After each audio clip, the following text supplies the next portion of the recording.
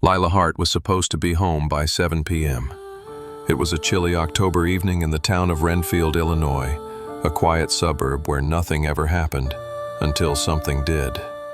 Lila, a 22-year-old journalism student, left the campus library just after 6:15.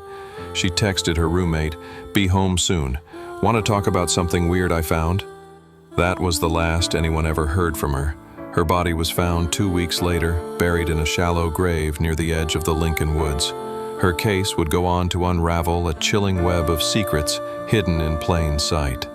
This is the story of Lila Hart, and the town that tried to forget her.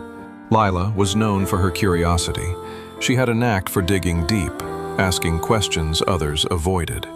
It was that same curiosity that led her to her final assignment, an investigative piece on missing persons cases overlooked by media bias. She started with a cold case from 1993, the disappearance of a local teenage girl named Angela Brooke. But the deeper she looked, the more she realized Angela wasn't the only one. There were 3 other cases, same area, same pattern, and one strange connection. All 4 had once been students at Renfield High, and all 4 had reported a certain teacher for inappropriate conduct. That teacher? Mr. Dale Whitaker. Whitaker had been quietly let go in 1994. No charges, no headlines, just gone. But records showed he'd quietly returned to Renfield years later, under a new name, David Weller, a substitute teacher working with at-risk teens.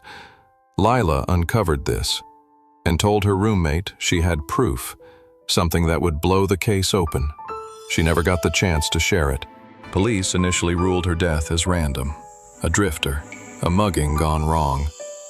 But her laptop was missing, her phone wiped clean, and there was no sign of a struggle. Only a broken bracelet in the grass and a discarded flash drive tucked into her coat pocket, one the killer clearly didn't find. On that drive, interviews, documents, and an audio recording, one that changed everything. In the recording, Lila interviews a woman who had also accused Whitaker back in 1994. She describes how the school covered it up, saying she was lying. The woman breaks down, saying she still hears his voice in her nightmares. That's when you hear Lila say, "I found him, he's back, teaching again." They let him come back. The audio was handed over to the authorities, and finally, Whitaker, now David Weller, was arrested. In his home, they found photos, journals, and a map. The map had red dots, 4 of them, each where the bodies were found, and one more, a 5th dot, unmarked, near a cabin. That's where they found Lila. The trial made national headlines. Weller was convicted on multiple counts and sentenced to life in prison without parole. But for the town of Renfield, the shame lingered. 4 girls were forgotten. One woman dug them back up. Lila Hart may have died for the truth, but in doing so, she finally gave those girls their voices back.